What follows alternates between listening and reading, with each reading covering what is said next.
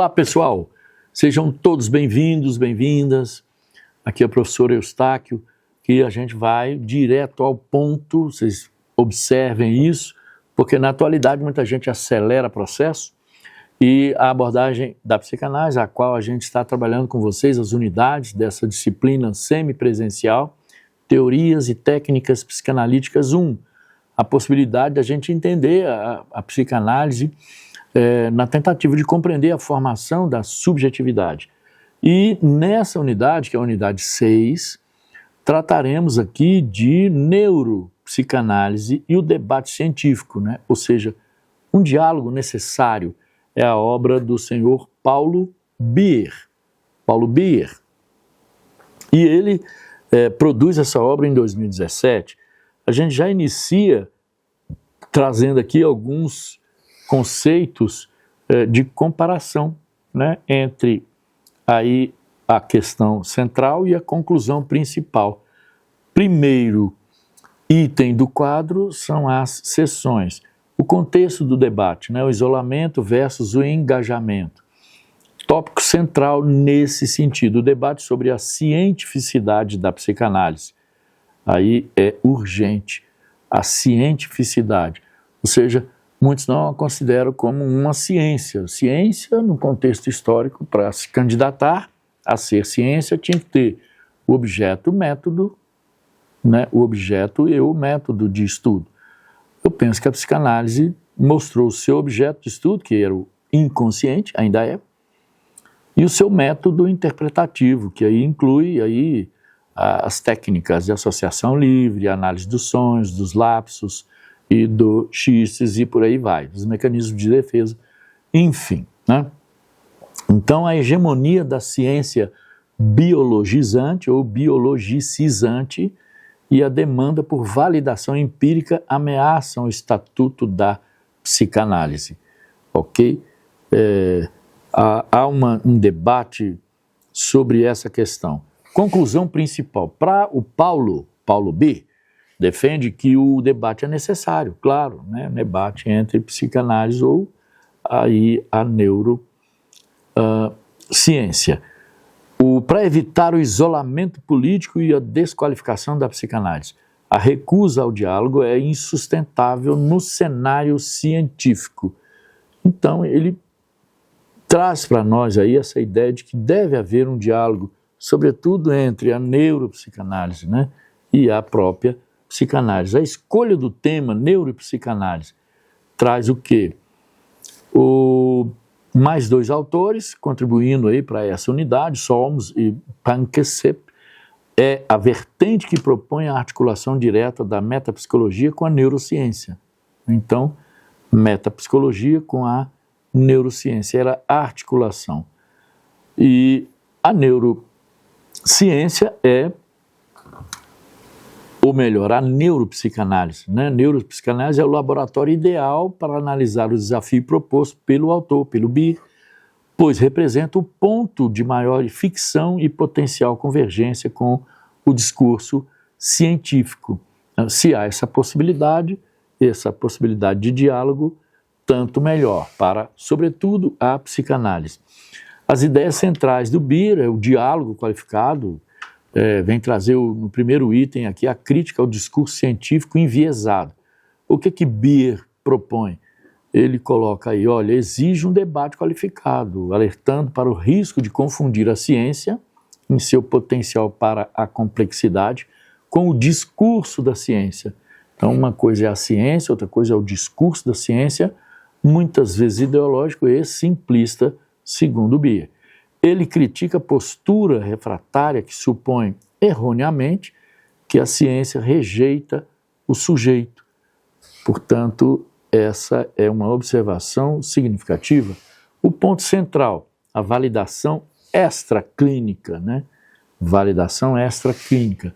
O principal desafio e ponto de ataque à psicanálise é a necessidade de validação extraclínica, né? Já que ela foi idealizada no momento individual, né, num momento bem peculiar entre o analista e o analisando. Reconhece-se a questão da validação extraclínica enquanto ponto comum de ataques, né, indicando-se a importância da validação na possibilidade de circulação do conhecimento produzido para além de seu lugar de origem. É a observação do Beer. Então, essa validação extra-clínica permite que o conhecimento psicanalítico seja comparável, comunicável e replicável, coisas das ciências positivistas, quantificativas, né? A sua ausência condena a psicanálise a um saber particular, enfraquecendo-a politicamente frente às práticas baseadas em evidências. O autor, em tela, Beer, defende que a possibilidade dessa articulação sem prejuízo para a clínica ou a ética psicanalítica. Então ele é a favor dessa articulação.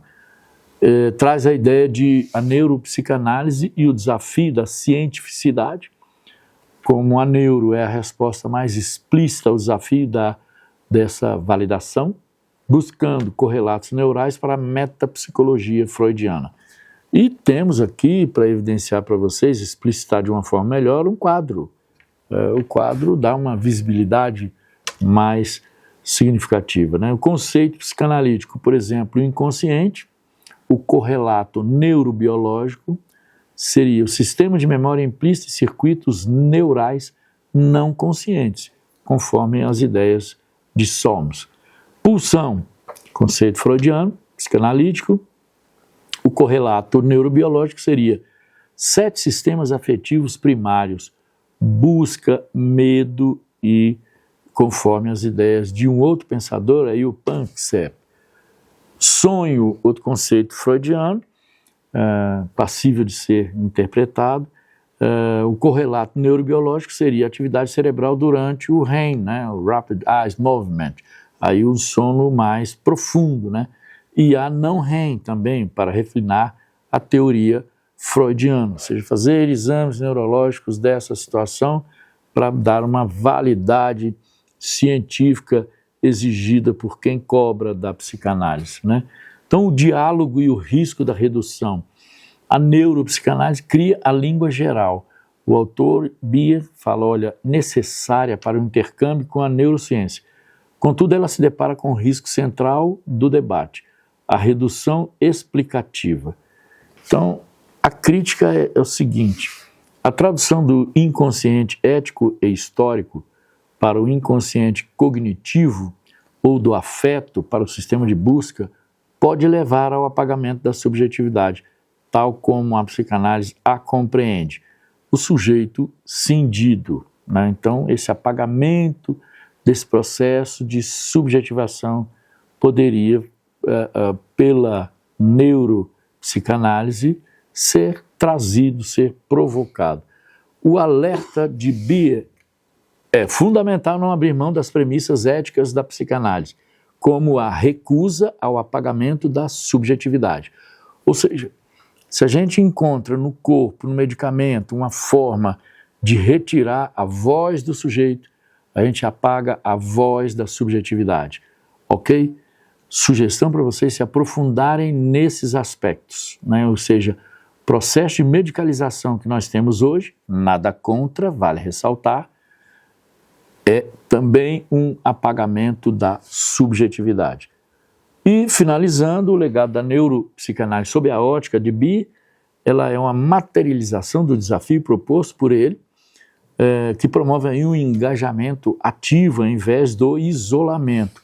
Ele enumera aqui, ponto positivo, a neuropsicanálise aceita o desafio da validação extraclínica, garantindo sua relevância política e acadêmica ao fornecer evidências inter-saber. O alerta ético do mesmo autor, a neuropsicanálise deve se proteger do risco da biologização e da redução. Ou seja, trazer para o fator biológico, né, e a redução a isso. A busca pela língua comum, o correlato neural, né, não deve suturar a divisão do sujeito, transformando o sujeito do inconsciente em um cérebro inconsciente. Uma localização, né, ou seja, é uma questão de desafio imenso. fechando a perspectiva aí, o sucesso da neuro depende, né, ou melhor, da neuropsicanálise depende da sua capacidade de usar os achados neurobiológicos, físicos, como contexto e corroboração, e não como explicação causal final. O debate é uma linha tênue e contínua, manter a validade científica sem sacrificar a dimensão ética intrínseca à psicanálise. Ok? Excelentes estudos a todos vocês, sejam curiosos com essa relação.